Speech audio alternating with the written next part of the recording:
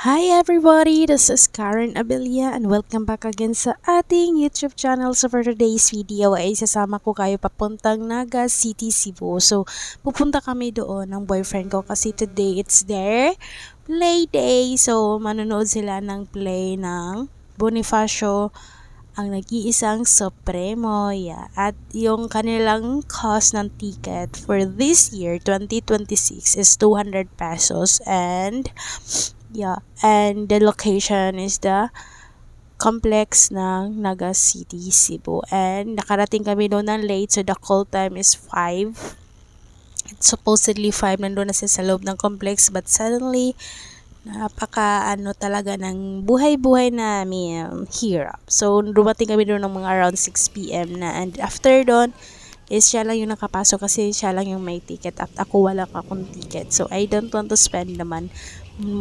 That's a lot of money for me kasi nga nagtitipid din kami. Kaya I decided na dito na lang ako sa boardwalk at manonood na lang ako ng mga lights dito and people and all. And then, meron kasi ditong lights and it's super duper nice. Yan yung kanilang bagong show effect dito sa Niaga. And yeah, ang ganda talaga dito. Super. And now, makikita niyo yan later and you can enjoy watching. Please enjoy watching everybody. Bye. See you in my next video. So yeah, this is it, Pansy. So ito na yung kanilang bagong show effect here dito sa Naga and it's so nice at ang ganda ng kanilang music na pinapatugtog that time and it's so nice.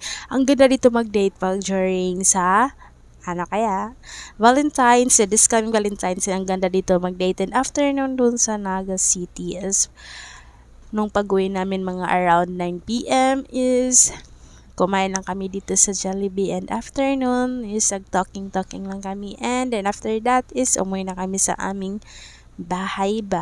And yeah, nag-order lang kami dyan ng aming favorite meal from Jollibee. And yeah, Jollibee Bekeneman. Yeah, so pagdating namin dun sa bahay, we are so tired and afternoon hindi na kami nakapag-video and natulog na kami pagkatapos naming mag-hygiene. Yeah, I think that would be all for today's video.